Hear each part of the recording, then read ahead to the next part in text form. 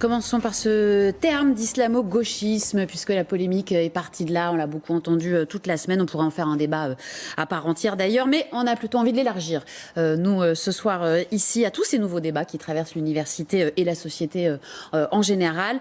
Pour le dire vite, l'islamo-gauchisme, qui est une notion contestée, désigne en gros une forme de tolérance, voire d'empathie d'une partie de la gauche envers l'islamisme. Est-ce que vous pouvez, pour commencer, nous dire chacun en quelques mots, quelle réalité, pour vous, recouvre ce terme et dans quelle mesure l'université est-elle concernée ou pas, voire gangrenée, comme l'a dit Frédérique Vidal. Qui veut commencer? Bon, ben, je vais commencer. René Frégosi. Voilà, dès qu'il y a un micro, je suis micro-compulsive. Allez-y. Je vais commencer. Mais effectivement, ceux que nous estimons être des islamo-gauchistes contestent l'existence même, leur existence même finalement. En effet, moi je pense que c'est une réalité militante, alors que l'on retrouve à l'université, mais bien au-delà, évidemment.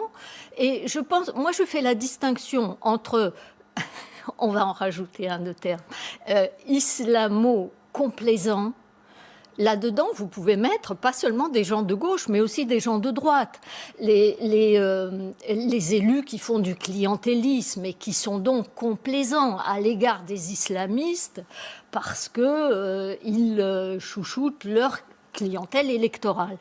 Mais l'islamo-gauchisme, ça relève pas seulement de la complaisance, mais aussi de la construction idéologique.